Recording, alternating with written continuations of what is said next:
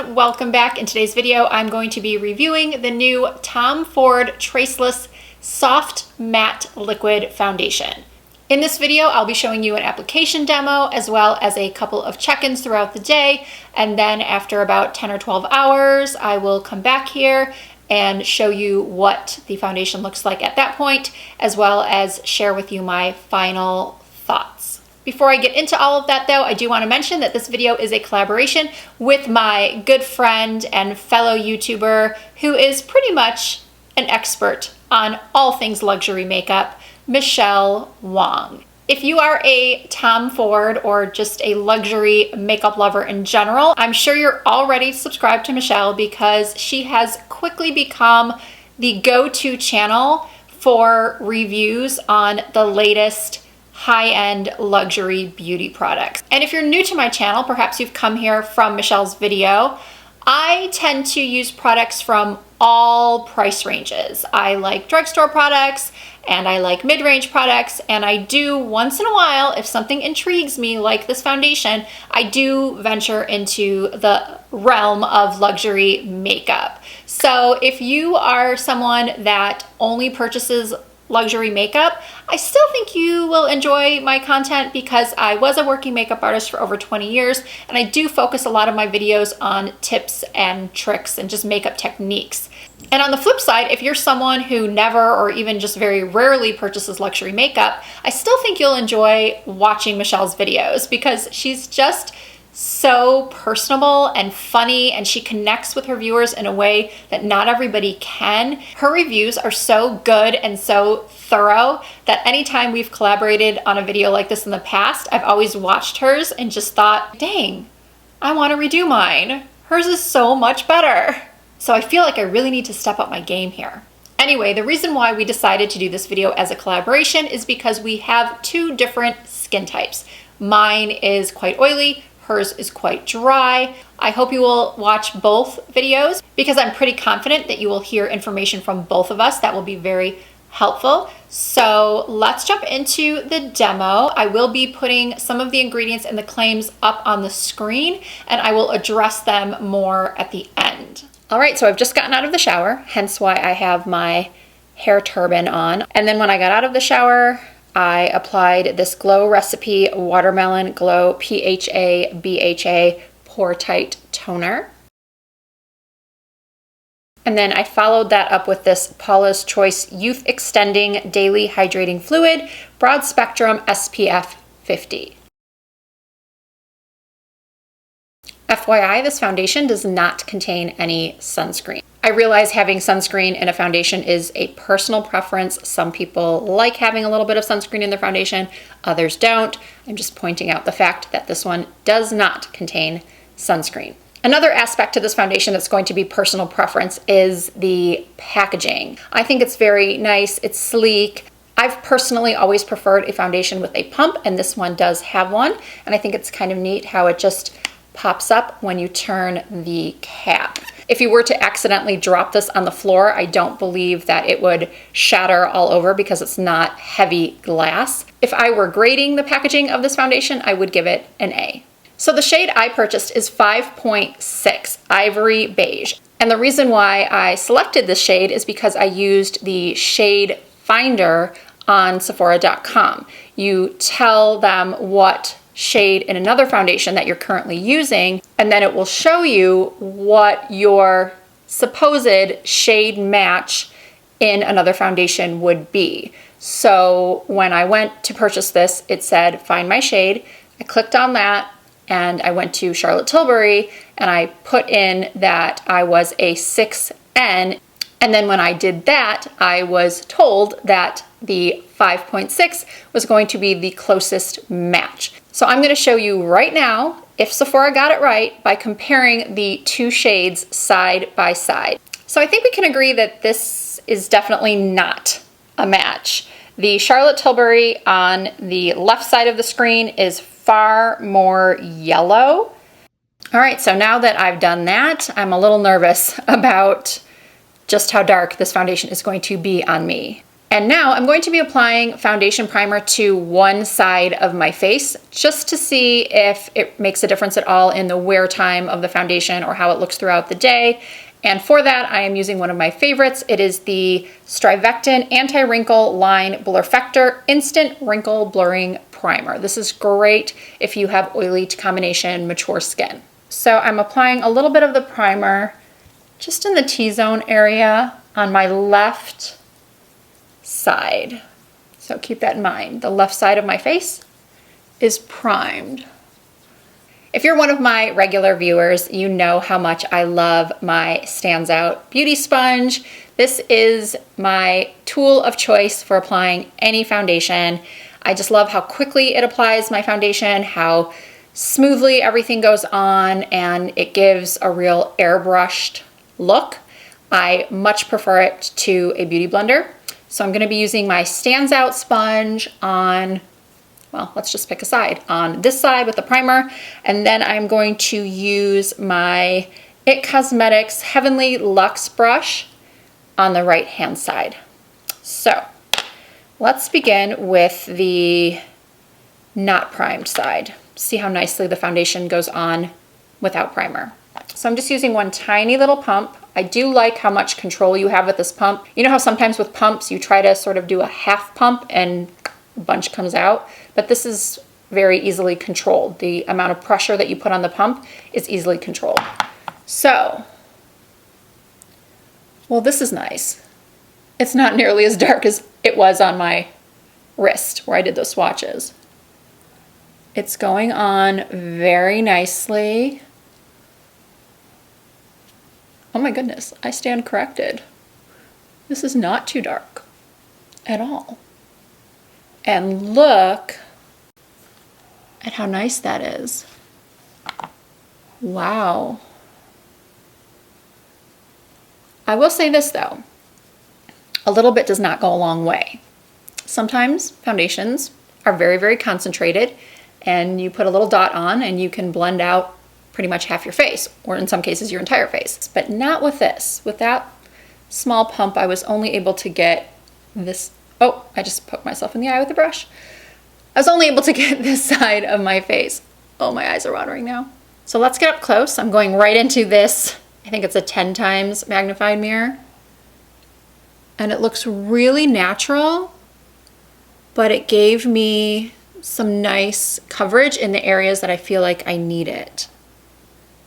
It doesn't feel like it's sitting on my skin at all. My pores are still pretty visible, but I have huge pores. And one of the ways I take care of those pores is by using a primer and then a blurring powder, which I will do. So I'm doing another, I want to say it's a half pump. I really don't feel like it's a full pump. And blending out the other side. It is indeed a soft matte finish. It's not a flat matte. You can still see the actual sheen of my skin through it.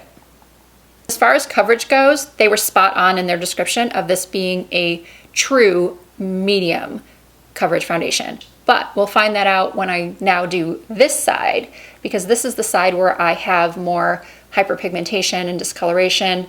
Basically, I have more to cover. That said, this Stands Out sponge tends to give me more coverage than a brush, so we'll see what the difference is. The foundation is a little bit runny,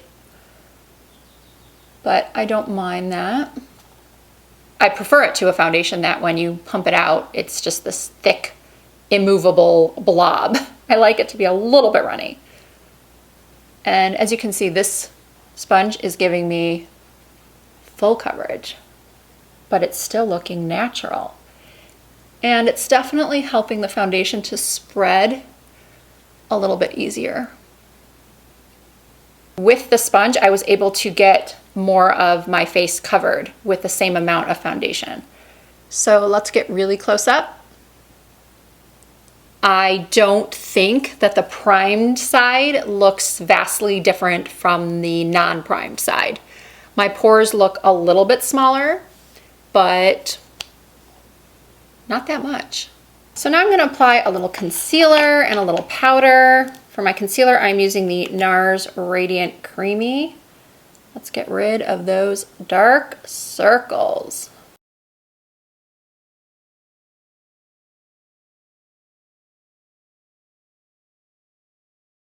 All right, concealer is on. What a difference concealer makes. And now to set my face, I'm using this new by Terry Hyaluronic Pressed Hydro Powder. I've been using and raving about the loose version for at least a year now, and they just sent me the new pressed formula. And this is colorless. And I'm using a Sonia G Master Face Brush. And this is supposed to blur the pores and soften fine lines. And I'm also going to apply a little bit underneath my eyes to set the concealer.